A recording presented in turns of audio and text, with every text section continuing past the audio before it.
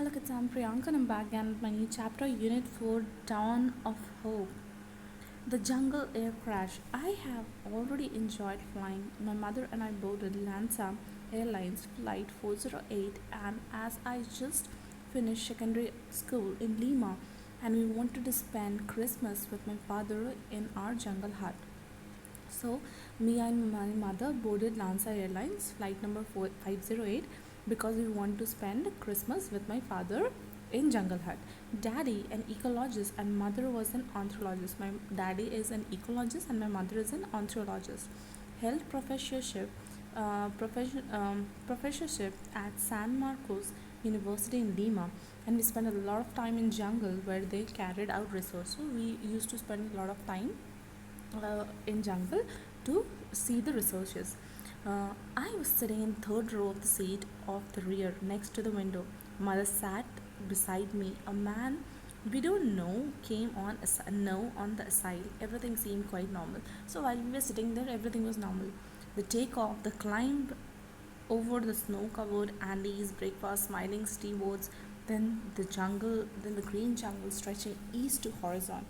People were reading or chatting. Everyone was in holiday mood. So every person there was in holiday mood. In clear weather, the flight from Lima to Pucallpa is one of the most beautiful in the world. So the flight from Lima to Pucallpa is it has the most beautiful scenery in the world. But 30 minutes after takeoff, where when we were into the jungle, visibility dismissed, and then all of a sudden we hit a storm front, and then suddenly we hit a storm. At this time it was completely different from anything I was experienced before.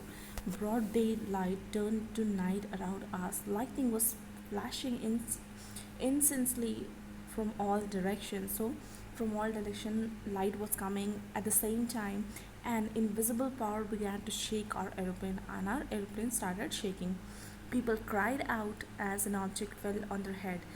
Bags, flowers, packages, toys, jacket, everything started falling from up. So everybody started crying. Sandwich tray, bags showed thrown in the air, through the air. People are frightened. They screamed and started to cry. Outside, I saw a sort of bright light flame shooting from the right wing. I was blinded by the blazing light, while at the same time I heard my mother saying quietly, "Calm, now it's all over." An instant later, there was a violent shaking, and I found myself outside the plane, flying apart from it, still strapped into my seat. But I was alone, and I was falling. And suddenly, I fall down from the plane. I can remember turning over and over the air. I remember thinking the jungle trees below looked like cauliflowers. Then I lost conscious, and I was losing my consciousness. It was still light when the rain woke me up. I was lying under a section of three seats, under turned upside down. There were no sign of my mother or any other passenger of the plane. All I could hear was frog choking.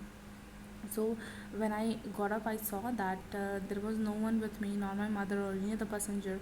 I had to bump my head and cash into my food. I felt no pain, but I couldn't master the energy and look around.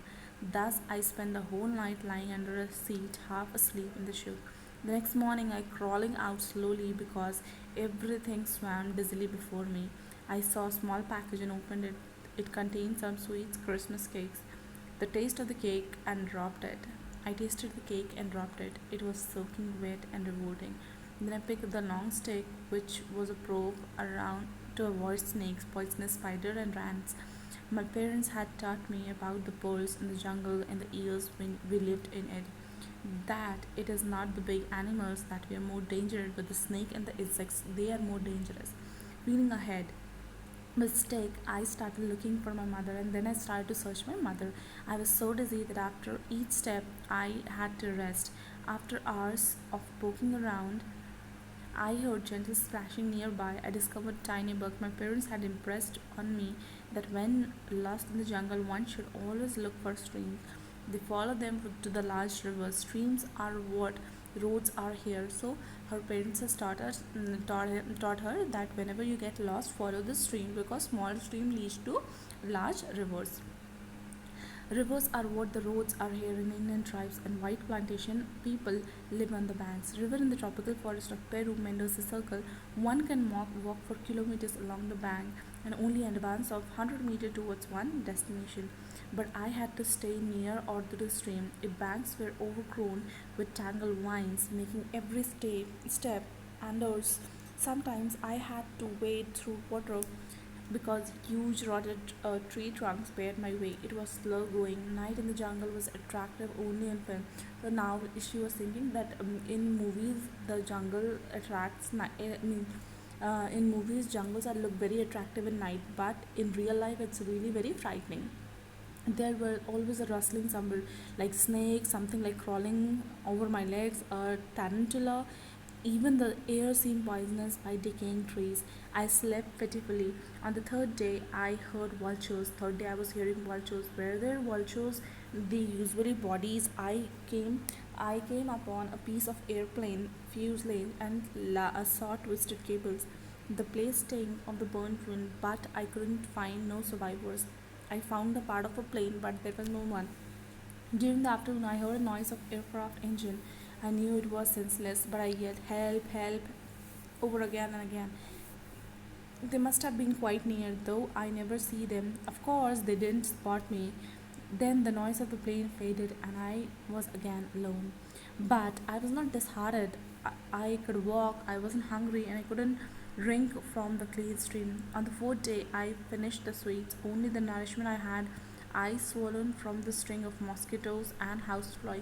Here and there, armies of ants and marsh blocked my path, struggling through tangled underground to avoid them. I covered only a miserable few hundred meters for an hour. However, my stream did not run into a large river. I was following the small streams, but they don't went to the large rivers. Also, I pressed the downstream along its bank. I saw parrot, monkey, hummingbirds, and there I saw many different kind of variety of animals. Some monkeys, parrots, hummingbirds, and like orchid growing on the trees. Amazingly, I wasn't hungry. I resisted delicious looking food because there were many things that looked beautiful, tempting, and poisonous. Because she knew that things sometimes the things look beautiful, but they are poisonous.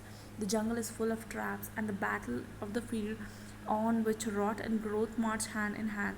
All the plant complete steal sunlight from each other, choke each other, and then hungrily consume the cadaverous of the victim in order to live. The open wound of my foot was getting worse due to infection of insect. Each every time the flies stung over open were laying eggs on my wounds, out of which were hatching maggots. Helplessly, I watched them merge. Each one was about a centimeter long. They were eating me alive. God help me, I thought. They will perpetuate if I ever survive. The river that was painstakingly followed the winding. Whenever I would get a wood view ahead, I risked swimming. It was a faster because the current carried me along the land. I picked up carefully to watch where I put my feet because the rotting foliage could conceal a snake or a poisonous thorn. Back crab. If you tread a crab, I told myself, you are done. Walking has become progressively harder. The lack of food and the humid 45-degree heat and made me weaker. The river was now so swifty that I could no longer swim in it. Late one afternoon, I was looking for a spot to lie down for the night. It was a 10 day, and I later reconstructed it. Suddenly, I saw a boat moored in the river bank, and there was a path leading to small hut. I entered and saw on the small floor a small outboard motor carefully wrapped in plastic and a can of petrol. Clearly, someone would be coming back. When? I lay down on the floor and slept badly because I kept listening for human voice, but I heard only the screaming of monkeys, screeching of pancreas, and sometimes screaming seemed to be moving outward, dangerous near. The next morning, I wanted to push on. It might be days, even weeks, before the people came into their boat, but I didn't want to take a boat which doesn't belong to someone else. The rain was pouring down again, so I stayed in the hut. But I heard a voice of three men plunged into the downpour. Well, one of them explained in Flemish. What have we there? The man was in a skits, half white, half Indian hunter. He told me that they kept several huts in the jungle for their expedition. They know about the crash, and one of them had actually been in the search plane which flew in the jungle after the accident. He could see nothing. He said, "No people, no wrecks." They washed me with salt water and put slave on my wound. They made food mash for me, but I was unable to eat. Every early morning, next morning, they got their boat ready and took me down the river. My river, it was stable, became wondrous, swift, and more dangerous. I looked at the shore where I would have had to walk and saw it became more and more impassable. It took hours to me to get to the jungle settlement of Churna Vista. People came running and shouting to stare me. One of my rescuers explained why my eyes are slow bloodshot. They looked entirely red and my face was discolored and swollen out of shape from the insect's bites. My arms, legs were poked with worm, lesions. I looked like a living nightmare because Tuna Vista was an agriculture colony. It has many small dispensary where I was washed my wounds treated. They use special medicine to clean out my wounds, gave me injection to counteract inflation. 11 and a half days after the crash, I began boarded to a plane, a small twin engine machine that took me to US mission based on the Summer Institution of Linguistics near Pukala, where an American doctor looked after me. With the help of my direction search of the planes, found my wreckage. Teddy arrived, stayed by my side. He told me what I was had suspected my mother was dead. And so basically the story was about when a family was traveling to the forest to spend time with their parents, means with their father. So her mother was an ornithologist and her father was and like who look after the forest researchers and all. So when they were going through the plane, suddenly the plane crashed and everybody was separated. The girl anyhow managed to save her life and get back to his father, and but her mother was not found, and they were expecting that might be the mother was dead. Thank you.